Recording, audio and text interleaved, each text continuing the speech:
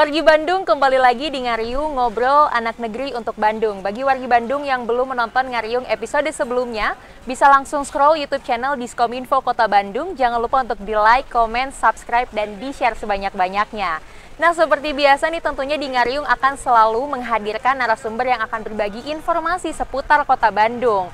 Kali ini Ngariung ada di Saparua, Kota Bandung. Sore ini kita nggak akan jogging, tapi kita akan ngobrol bareng sama salah satu komunitas parkur yang ada di Kota Bandung. Kira-kira apa sih keunikan dari parkur ini? Langsung aja kita sambut narasumber kita pada hari ini. Assalamualaikum warahmatullahi wabarakatuh, Kang. Waalaikumsalam warahmatullahi wabarakatuh. Selamat sore. Selamat sore. Kang, gimana kabarnya, sehat? Alhamdulillah sehat. Alhamdulillah. Ini akangnya udah pakai baju sporty, tapi akunya kurang sporty, kurang briefing nih kayaknya ya. Kang, sebelum kita ngobrol tentang parkur nih, boleh atau disapa dulu wargi Bandungnya, Kang, sekalian perkenalan diri. Oke. Halo wargi Bandung, Assalamualaikum warahmatullahi wabarakatuh. Perkenalkan, saya Doni, saya salah satu instruktur atau pelatih di Parkur Bandung. Dan Parkur Bandung ini komunitas parkur yang free buat siapa aja, khususnya untuk warga Kota Bandung, dan bisa join buat siapa aja. Jadi kalau untuk teman-teman mau ikutan komunitas parkur, mau belajar parkur, bahkan dari nol, itu bisa join ke kita. Oke. Kang, parkur tuh sebenarnya apa sih, Kang? Parkur itu Jenis sebenarnya apa? olahraga kah atau apa, Kang? Kalau pada dasarnya mungkin biar lebih dikenal gampang sih olahraga gitu ya. Parkur itu adalah olahraga. Tapi ada juga sebagian yang bilang parkur itu seni berpindah tempat gitu. Oke. Jadi berpindah tempat dari poin A ke poin B gitu. Cuma ya kalau ditinjau dari bahasa olahraga ya parkur itu sebuah olahraga juga gitu. Oke. Biasanya kebanyakan gerakannya gerakan apa nih, Kang? Gerakan kaki kah, tangan, atau semuanya ada? Semuanya ada. Semuanya ada. Oke. Kang Doni, parkur ini, komunitas parkur ini ada dari tahun berapa, Kang? Parkur Bandung itu salah satu komunitas parkur di Indonesia yang muncul pertama itu di tahun 2007. Kalau nggak salah berbarengan dengan parkur Jakarta, Jogja, dan Malang kalau nggak salah gitu. Dan parkur salah satunya yang merintis pertama parkur di Indonesia, komunitas pertama. Oke, ini kan parkur mungkin ya wargi Bandung belum tahu gitu. Parkur kalau orang awam lihatnya kayak takut jatuh gitu ya, Kang, ya, karena memang punya teknik tersendiri. Tapi kalau parkur Bandung sendiri dulu latar belakangnya terbentuknya itu gimana sih, Kang? Kalau parkur tuh awal mulanya tuh dari latihan halang rintang militer gitu ya, di Prancis tahun 97 kalau nggak salah gitu. Yang akhirnya yang awalnya halang rintang militer itu dikembangin dengan gimana kalau halang rintangnya itu lingkungan perkotaan gitu. Sederhananya kayak gitu. Dan itu yang kita kenal, mungkin ada orang loncat dari gedung ke gedung kayak gitu ya. Yang dimana itu halang rintangnya untuk kita pindah dari poin A ke poin B secara cepat, aman, dan efisien kayak gitu. Oke, kalau misalkan di Bandung sendiri dulu awal mula terbentuknya parkur, komunitas parkur di Bandung gimana, Kang? Itu dari orang-orang di beberapa mahasiswa waktu itu yang tertarik dengan parkur, yang tahu informasi parkur di luar gitu. Akhirnya mereka berkumpul bersama lewat parkur.net kalau nggak salah, kayak website kayak gitu. Di mana mereka sepakat untuk kumpul bareng dan ingin latihan bareng. Dan mereka belajar itu sumbernya dari video-video parkur yang di luar, kan di Indonesia itu baru pertama kali kan gitu. Saat kumpul bareng, mereka latihan bareng, mecah ke sesuai tempat daerahnya masing-masing. Tadi salah satunya kayak Bandung, Jakarta, Jogja, dan lain-lain kayak gitu. Akhirnya terbentuk komunitasnya masing-masing gitu. Oke, nah kalau Kang Doni sendiri, dulu awal mulanya tertarik pengen coba parkur gimana, Kang? Sebenarnya saya ikut parkur itu 2010, 3 tahun setelah Parkur Bandung terbentuk. Waktu itu saya masih SMP. Cuma kebetulan anaknya maceh gitu ya. Orang Bandung tahu ya maceh itu apa ya gitu. Jadi emang udah senang loncat-loncat gitu. Dan setelah kenal ada olahraga namanya parkur gitu, ini kayaknya loncat-loncatnya terarah nih gitu ya. Nggak cuma sekedar loncat-loncat, tapi ada alasan di baliknya. Dan ya pas udah belajar tuh tertarik banget gitu. Apalagi dengan ngelewatin halang rintang, ada tekniknya, lebih kerasa lebih efektif, lebih cepat, dan ngerasa lebih aman juga kayak gitu. Iya, oke. Berarti parkur ini juga ini buat wargi Bandung di rumah yang emang macet, terus punya energi berlebih dan juga nalaktak ya, Kang, gitu ya. Mungkin boleh ikutan juga komunitas parkur ya, Kang, ya. Bisa banget. Nah, apa sih momen ataupun ya waktu ataupun momen yang akhirnya Akang oke deh mau mendalami parkur sampai akhirnya sekarang jadi instruktur parkur, Kang? Sebenarnya apa ya, lebih ke saat belajar, bukan belajar ya, latihan parkur, itu pasti selalu menemukan sesuatu yang baru gitu. Kayak misalkan ngelewatin satu obstacle gitu ya, pasti bisa dengan cara yang baru, teknik yang baru, atau obstacle-nya bisa dirubah. Mungkin kayak ini lingkungan sini kan banyak beton-betonnya nih, nggak tahu nih kelihatan nggak di kamera nih. Jadi beton-beton kayak gini, ini bisa bikin ibaratkan ratusan jalur lah kayak gitu di tempat yang sama gitu. Belum ditambah dengan gabungan-gabungan teknik yang lain gitu. Jadi saat berlatih parkur itu nggak pernah bosan gitu. Dari 2010 berarti udah 13 tahun ya. Itu belum pernah nemu titik di mana bosannya latihan parkour tuh, belum pernah sampai kayak gitu. Oke, berarti setiap harinya men-challenge diri sendiri juga ya Kang ya, Betul. dengan obstacle-obstacle baru gitu. Iya, iya. Oke. Kang, kalau misalkan di komunitas sendiri itu biasanya latihannya selain ini di Saparua biasanya di mana lagi Kang? Kalau latihan komunitas itu sekarang per 2018 kalau nggak salah kita base campnya di sini di Gor Saparua gitu ya. Karena ya menjadikan tempat latihan utama gitu. Karena sisanya sebenarnya ribetnya itu berkaitan sama perizinan gitu. Ya. Nah di Saparua mah karena udah aman izinnya jadi kita latihan di sini. Kalau tahun 2010 sampai 2014 itu kita latihan di ITB gitu. Terus sempat pindah juga karena masalah perizinan dan lain halnya gitu ya. Akhirnya ya sampai sekarang kita latihan di sini. Cuma kalau ditanya latihan parkour di mana di Bandung, untuk komunitasnya kita di sini, tapi untuk latihan personal dan orang-orang parkour Bandung juga itu biasanya pakai di mana aja. Kayak misalkan di UPI, di ITB belum lagi sih karena masih tutup gitu ya. Bisa di Taman Lansia gitu, terus taman apa lagi ya? Ya teman-teman Kota Bandung gitu. Taman-taman Kota Ya, cuma Bandung. paling sering itu makanya Saparua karena variasinya itu lebih banyak dan itu posisinya strategis itu di tengah kota kan, dekat kemana-mana dan dekat dari rumah siapa saja lah kasarnya mah gitu. Oke. Kang, berarti dari tahun 2007 sampai sekarang berapa jumlah anggota dari komunitas parkour ini Kang? Kalau jumlah sih dulu yang paling banyak tuh pas awal-awal parkour masuk ke Indonesia lah ibaratkan itu parkour Bandung dibentuk itu sekali latihan bisa sampai kalau nggak salah pernah nyentuh 80 orang 80 sekali orang. latihan gitu. Sekali latihan Gitu. Oke, hari Minggu jam 8 pagi kita latihan, 80 orang gitu. Cuma semakin kesini mungkin animonya turun karena mungkin dulu dengar parkour orang tuh apa ya parkour ingin tahu karena kan kita komunitasnya free ya. Siapa bisa datang, siapapun bisa pergi kapan saja, kapanpun gitu ya. Akhirnya semakin kesini orang udah banyak tahu tentang parkour dan mereka tahu oh saya emang nggak cocok parkour, oh saya emang cocok parkour gitu. Jadi jumlahnya lebih sedikit gitu. Dan sekarang ditambah kemarin bekas pandemi 2020 itu kayak ke wipe out.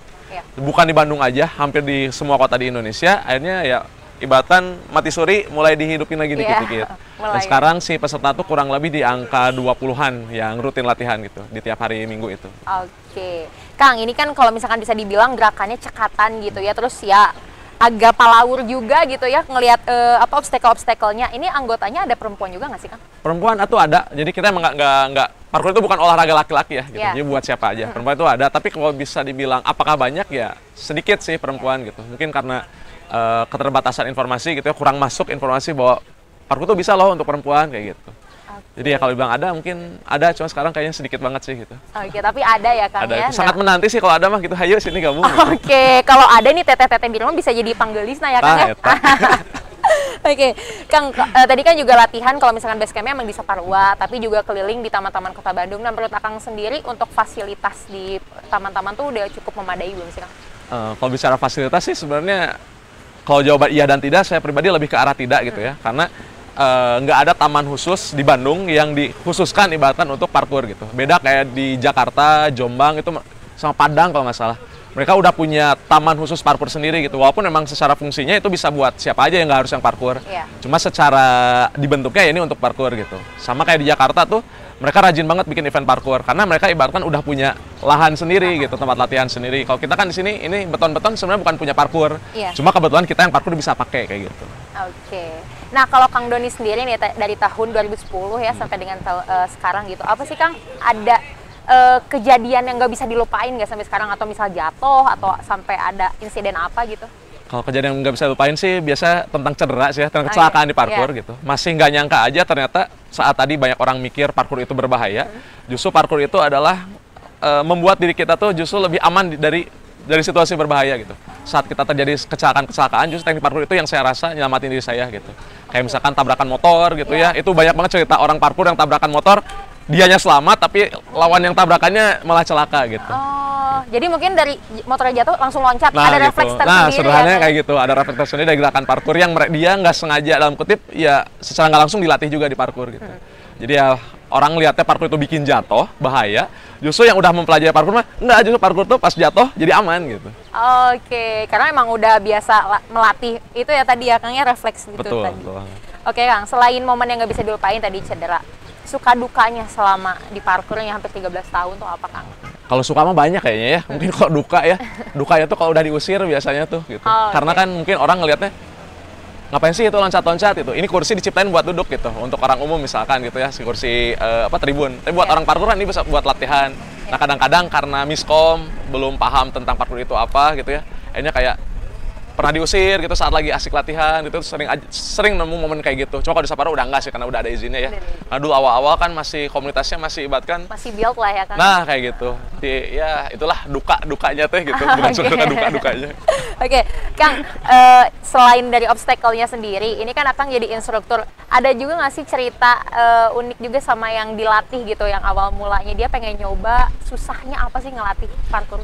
Sebenarnya apa ya, susahnya lebih ke bab sabarnya sih gitu ya. Sabar. Karena buat saya pribadi setiap orang tuh pasti bisa parkour, gak mungkin gak bisa parkour gitu. Karena pada dasarnya parkour itu gak gerak badan manusia aja, ngelewatin obstacle gimana caranya kayak gitu. Cuma memang PR-nya itu ada di tiap orang itu unik. Jadi nggak bisa, oke semua orang harus bisa loncat, pasti cara loncatnya beda-beda gitu. Unik. Nah uniknya di sana, sabarnya di sana gitu. Tapi kalau ngajar sejauh ini kan kita di Parkour Bandung ada 2 model kelas. Kelas yang umum, yang free buat siapa aja, sama ada kelas private. Nah, private itu kita lebih cenderungin arahnya tuh untuk ke anak-anak di bawah 14 tahun. Karena mereka kan masih butuh pantauan gitu, safety prosedurnya lebih ketat lah gitu. Makanya kita pisah kelasnya di private. Yang menjadi PR-nya itu adalah saat tadi anaknya, kan namanya anak-anak ya gitu ya. Ada aja gitu ya, gitu tuh. Ada aja itu yang harus sabar di sana. Melatih kesabaran itu ya, Kang ya. Oke. Nah, Kang, berarti ada kelas umum sama kelas private. Ya. Nah, itu tuh kegiatannya di setiap hari apa aja, Kang? Dan program-program kelasnya apa aja? Kalau untuk yang kelas umum mah kita harinya di Selasa sama di hari Selasa sama di hari Minggu. Sekarang kalau di hari Selasa itu kita fokusnya latihan fisik, SNC, Strength and Conditioning. Jadi ya full latihan fisik aja gitu, nggak ngomongin teknik parkour. Tapi pada prakteknya memang ada juga diselipin teknik-teknik parkour. Nah kalau hari Minggu itu kita fokusnya latihan teknik, jadi kayak kelas aja biasa gitu. Nanti dibagi ada yang untuk first timer, yang pertama kali parkour, ada lanjutannya beginner, ada lanjutannya basic, ada lanjutannya lagi intermediate dan lain-lain kayak gitu. Nah kalau untuk yang kelas private tadi, itu mah by request, jadi nanti disesuaikan. Kan kita jatuhnya bukan perusahaan ya, Parkour Bandung, kita komunitas. Di komunitas ini kita juga mengembangkan si ibaratkan yang udah rajin latihan dan berpotensi untuk ngelatih, untuk ngajar di kelas private. Ya sisanya nanti tinggal kong kali kong apa Indonesia ya? Badami gitu, tinggal ngobrol aja sama klien gitu ya, cocoknya di hari apa, jam berapa, gitu. Fleksibel. Oke. Nah Kang, kalau misalkan cabang olahraga lain ya, let's say basket atau badminton kan butuh alat khusus atau butuh bola, kok dan lain sebagainya. Nah, kalau di parkour butuh apa Kang fasilitasnya buat memulai? Sebenarnya untuk fasilitas sendiri gitu ya, fasilitas sendiri. Bisa dibilang nggak ada, tapi kalau mau disarankan ya setelan olahraga aja sama sepatu lari atau sepatu olahraga yang nyaman gitu. Kalau berkaitan sama eksternalnya lebih ke kayak obstacle-obstacle-nya, sebenarnya tanpa obstacle pun bisa, cuma nanti variasinya kurang banyak gitu, variasi latihan, karena kan goalnya latihan ya, untuk menjadi mahir gitu, sehingga ya fasilitasnya lebih ke kayak halang rintang aja gitu. Itu aja sih sebenarnya mah. Gitu. Oke. Ini Kang, tadi kan selain di Bandung ada di Jakarta, ada di Jombang juga gitu ya parkour. Nah kalau komunitas parkour di Bandung sendiri pernah ikutan lomba atau apa gitu Kang? Prestasi yang pernah diraih selama ini apa Kang? Mungkin yang terbaru itu kita di Parkour Bandung itu nerjunin 2 tim. Kemarin tuh ada event lebih ke games ya jatuhnya. Itu chest tag ya ucing-ucingan lah gitu. Sebenarnya ucing-ucingan di satu area ada obstacle-nya ya ucing gitu dikenain tag gitu di apa ya gitulah ucing gitu. Ya dikenain gitu ya. Dikenain gitu ya. Kayak gitu dan kemarin alhamdulillah tim pertama itu juara 1, tapi masih seksi grup gitu. Tim pertama juara 1 dan tim kedua juara 2 gitu. Dan katanya insya Allah nanti bulan Mei itu dilanjutin lagi gitu untuk ke ibaratnya lebih mengerucut lagi gitu. Oke, berarti itu lombanya per grup apa individu tapi ada grup berlima aja satu tim berlima gitu. Jadi ngejar poin, sistem poin gitu. Oke, berarti nanti akan dilanjut di bulan Mei. Katanya kata panitianya. Semoga aja bener jadi. Oke. Ada persiapan khusus nggak Kang? Selain latihan seperti biasa? Kalau khusus sih nggak ada ya, jatuhnya berlatihan fisik sama teknik itu sih. Kalau fisik untuk yang spesifik tadi ya, untuk lomba tadi latihan khususnya lebih ke kayak gimana caranya buat ngehindar atau buat efektif ngejar gitu. Karena itu kan udah prinsipnya emang kejar-kejaran gitu ya. Kita dikejar sama kita ngejar, itu latihan kayak gitu. Gimana latihan cepet-cepet menggocek lah gitu ya, menggocek lawan lah kasarnya latihan gitu. Sisanya paling latihan fisik. Latihan fisik ya. Berarti yang harus disiapin tadi memang pakaian olahraga aja ya Kang ya. Yang paling penting latihan fisik dan latih kesabaran. Iya. Oke. Banget itu kalau buat ngajarnya mah. Oke. Nah Kang, ini kan di Bandung alhamdulillah ya ada salah satu fasilitas juga gitu ya. Nah harapan Akang sendiri nih dari komunitas gitu untuk parkour di Kota Bandung gimana Kang? Kalau harapan saya masih lebih ke fasilitas sih tadi gitu ya. Karena kalau ngelihat dari olahraga lain, ramai peminat itu karena ada fasilitasnya. Sementara kalau parkour tuh ini ibaratnya kita kayak memakan remeh-remeh nasi sisa gitu. Jadi fasilitas ada segini ya dimanfaatkan gitu. Nggak ada yang proper banget dikasih, oke ini parkour silahkan latihan, nggak ada yang kayak gitu. Sementara untuk si SDM-nya, ya bisa dibilang masih banyak parkur tuh di Indonesia, khususnya di Bandung gitu, masih ada yang bisa dikasih fasilitas, kita siap untuk mengedukasi masyarakat dan lain-lain gitu untuk ngajarin gitu. Dan ya mungkin bisa dibilang terbukti sampai hari ini dari 2007 sampai 2023 video ini dibuat. Masih berjalan komunitasnya gitu dengan obstacle yang ala kadarnya gitu ya. Apalagi saat obstacle-nya tempatnya memang dikasih proper gitu. Kayak parkur Jakarta itu jadi contoh banget.